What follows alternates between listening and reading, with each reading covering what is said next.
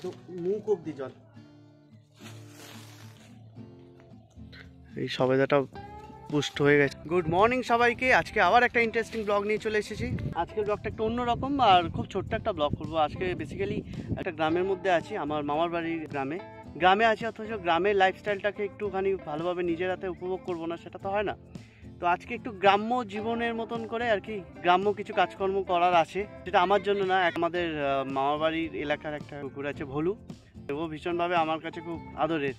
আমি যখন আসি তখন থেকে জাস্ট একটা মিনিটের জন্য কোথাও এদিক ওদিক যায় না, সকাল থেকে রাত সারা রাত একদম আমার বাড়িতেই পড়ে থাকে। মানে অন্য কেউ খেতে দিলেও সেখানে যেতে চায় না, আমি যদি চলে যাই ও আমার কাছে চলে যাবে খাবার ছেড়ে, ঠিক এরকমই ব্যাপারটা হয়। তো শীতকালে এখন খুব কষ্ট পাচ্ছে, আমি চেষ্টা করছি ওর জন্য একটা বাইরে কিছু একটা গরম, ওরা যেভাবে থাকে একটু নরম কিছুর উপর শুয়ে থাকে, গাটা গরম করে, তো সেরকম কিছু একটু ব্যবস্থা করে দিয়ে যাওয়ার চেষ্টা করছি। আমার পেছনে এই যেগুলো আছে এগুলো হচ্ছে ধানের নাড়া, মানে ধান গাছের নাড়া, বা ধান গাছ কেটে নেওয়ার পরে বাকি অংশগুলো যেগুলো থাকে সেইগুলো এটা শুকিয়ে গেলে বলে নাড়া। ঠিক এতটুকু করে পিস হয়, এতটুকু করে, তো একদম লাস্টে গোড়ার দিকের অংশটা এটা, এগুলো একটা জ্বালানি হয় ভীষণভাবে। এটা যেহেতু লোকের কালেক্ট করে রাখা আছে, কেটে জড়ো করা, এখান থেকে নেবো না। আমি চেষ্টা করছি মাঠে যদি কিছু পাওয়া যায় কেটে কুটে নিয়ে নেবো একটু, আর কিছু লম্বা লম্বা ঘাস আছে সেগুলো একটু নিয়ে নেবো চেষ্টা করছি। দেখি, মাঠের মধ্যে আছি, ওরা সব ঘুড়ি টুড়ি ওড়াচ্ছে। একজন খুব ভালো ওড়াতে পারে, দুজন শিখছে মোটামুটি প্রথম অবস্থায়। ঘুড়ি ওড়ানোগুলো দেখছি, ভালো লাগছে বেশ। ফাঁকা মাঠের মধ্যে এরকম চারদিকে গরু ছাগল ঘুরে বেড়াচ্ছে, কেউ কেউ আসছে কাজের জন্য যাচ্ছে মাঠে ঘাটে, দারুণ লাগছে। আর পায়ের কাছে এরকম নরম। তোটা উঠিয়ে দেবো, এটা হাতে বানিয়েছিস প্লাস্টিক দিয়ে, দারুণ হয়েছে তো, বাহ।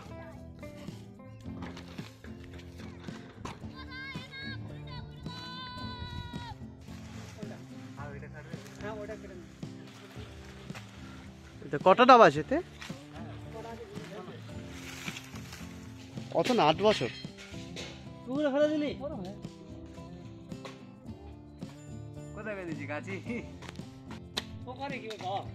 বাবা করুক চাই করুক, সামাল দেয়। এটা এটা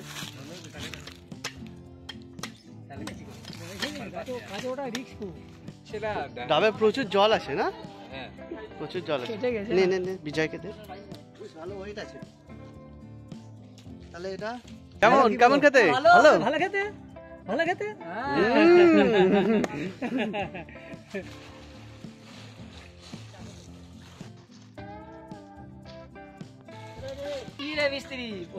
দারুণ মিষ্টি আছে, প্রচুর জল।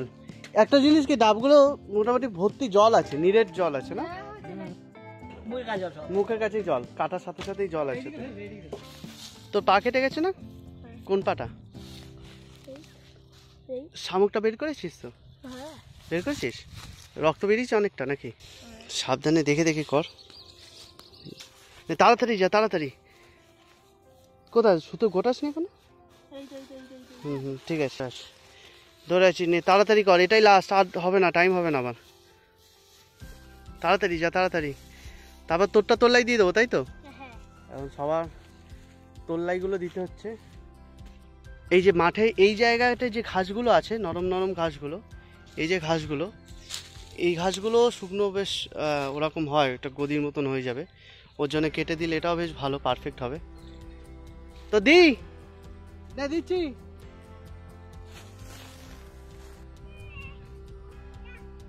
আর তোরটা কি উড়াতে পারবি তো?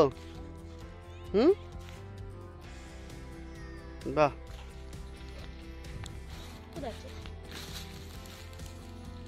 এই যে এগুলো হচ্ছে শামুক, এই শামুকগুলো এখানে রোদে পড়ে পড়ে এটা ভেঙে যায়, তো পাতলা যায়। এবার এগুলোতে পা পড়লেই কেটে যায়, পায়ে কেটে যায়। বলু বলু, এই যে আমার পেছনে কলা গাছ, প্রত্যেকটা কলা গাছে শুকনো পাতা প্রচুর থাকে, তো এখান থেকে কিছু পাতা কেটে নেবো, আর দেখি কী কী নেওয়া যেতে পারে, যেটা ওই ভলুর জন্য সুবিধা হবে, আরামদায়ক হবে। এই যে শুকনো পাতা। বলো এদিকে আয়, বলো।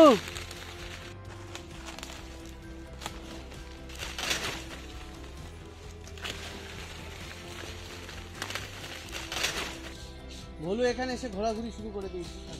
আমাদের অনেকগুলো পাতা হয়ে গেছে এখানে, প্রচুর পাতা হয়ে গেছে। এখানে আছে কিছুটা, অনেকটা ওইদিকে কিছুটা আছে, কালকে কিছুটা নিয়ে গেছি। কিছুটা ঘাসের মতন যেগুলো বলছিলাম ওইগুলো কিছুটা নিয়ে নেবো।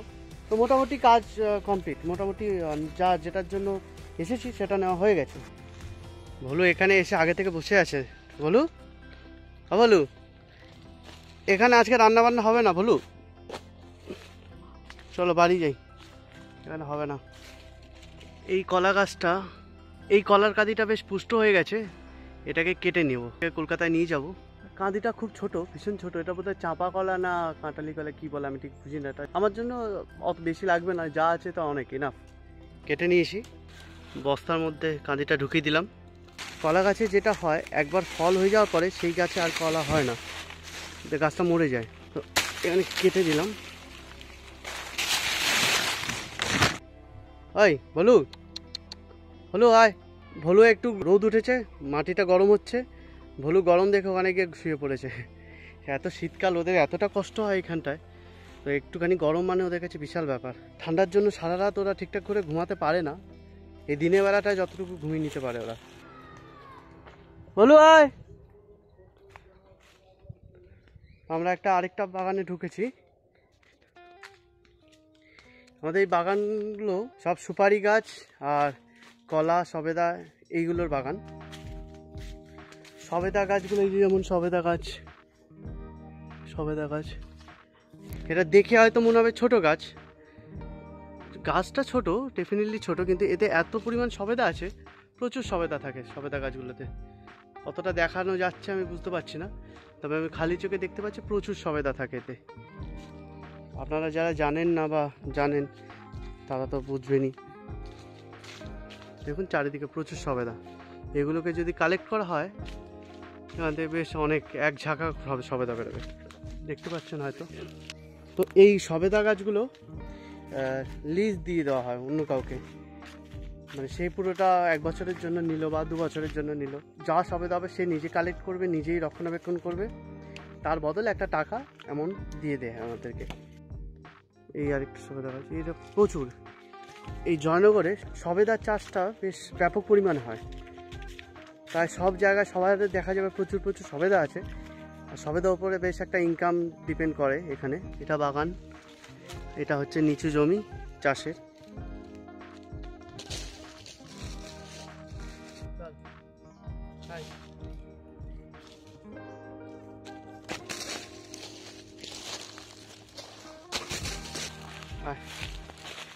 বর্ষার সময় যেহেতু পুরো মাঠ জলে ডুবে থাকে, সেই জলটা শুকাতে শুকাতে শরৎকাল হয়ে যায় পুজোর টাইমগুলোতে।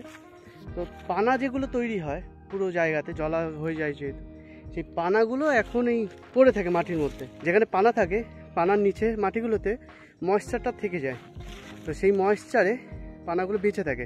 এখন ভরা শীতকাল, তাও এই যে পানাগুলো রয়ে গেছে, এর মোটামুটি গরমকাল অবধি এই পানাগুলো থেকে যাবে।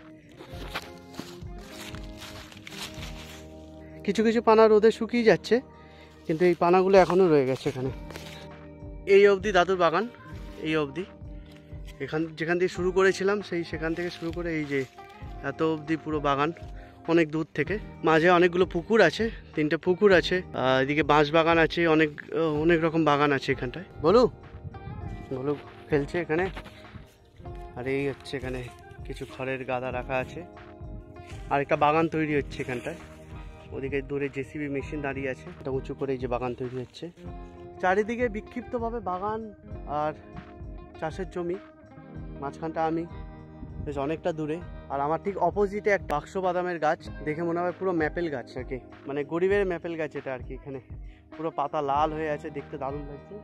দূর থেকে পাতাগুলোতে আলো রিফ্লেক্ট করে যা ঝকঝক করছিল, এটা যেহেতু আমি গাছের নিচ থেকে এসে দেখাচ্ছি, এখানে আর অতটা রিফ্লেক্ট হচ্ছে না, কিন্তু দূর থেকে দারুণ রিফ্লেক্ট হচ্ছিল, পুরো পাতাগুলো জ্বলছিল মনে হচ্ছিল। লাস্ট এন্ডেই এই গাছটা আছে, এই যে পাতাটা, এই যে আমাদের জমি লাস্ট এন্ডে। আমাদের বলতে দাদুদের, দাদু তো নেই, দাদু মারা গেছে, মামা তো নেই, আমার 2 মাসি আছে। এবার কারোরই টাইম হয় না আর কি, মানে সম্ভব না, আমরা তো থাকি না এখানটায়, অনেকটা রক্ষণাবেক্ষণের অভাব আছে। এই সবেদাটা পুষ্ট হয়ে গেছে দেখছি, নিয়ে নিলাম। কোনটুখানি গাছটা দেখুন, শুধু এইটুকু গাছ, তাতেই ফল কত দেখুন।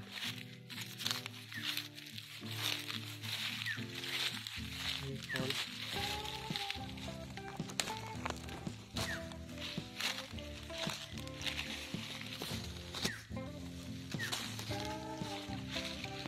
এটা পুষ্ট হয়ে গেছিলো, 1 সপ্তাহের মধ্যেই পেকে যেত, আর যেতে একদম বাইরে জমির দিকটায়, তো ওই জন্য তুলে নিলাম, নাহলে যে কেউ তুলে নিয়ে নিত। আর বাড়িতে রেখে দিলে এটা কাল পরশু পেকে যাবে। এই হচ্ছে ভিলেজ লাইফস্টাইল। আরেকটা ডাব খাই, একটা ডাব খেলাম, আরেকটা ডাব খেয়ে নিই।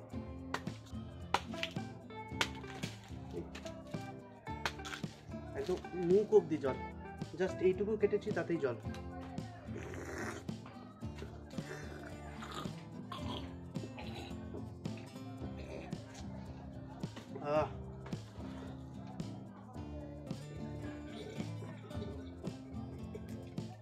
দাদু গাছটা লাগিয়েছিল, দাদু জানি না, দাদু যদি কোথাও যদি দেখতে পায়, দেখে যে গাছে ফল হয়েছে আর আমি এসেছি, আগে একদম আসা হতো না, তো দাদু যদি দেখে, দাদু খুব খুশি হবে যে আমি এসেছি দাদুর এখানে, দাদুর গাছে ফল হয়েছে, সেটা আমি খাচ্ছি, দাদু খুশি হবে। দাদুর জন্য খুব মন খারাপও লাগছে।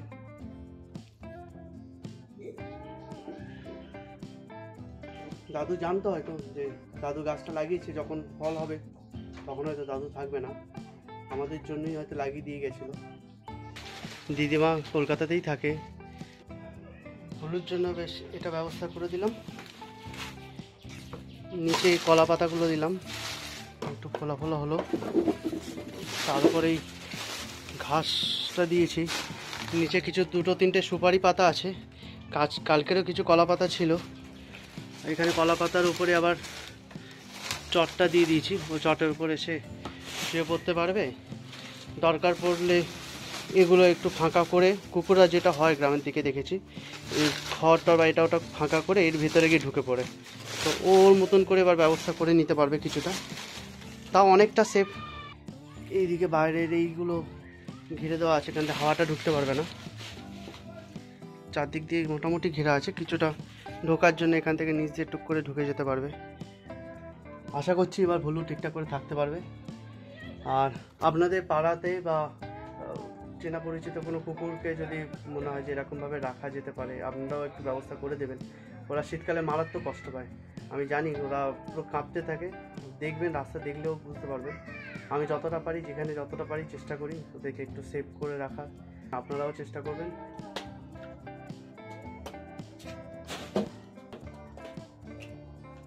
অন্য সময় কেনা ডাব খাই, এটা নিজেদের গাছের ডাব। আমার দাদুর ছবি এটা।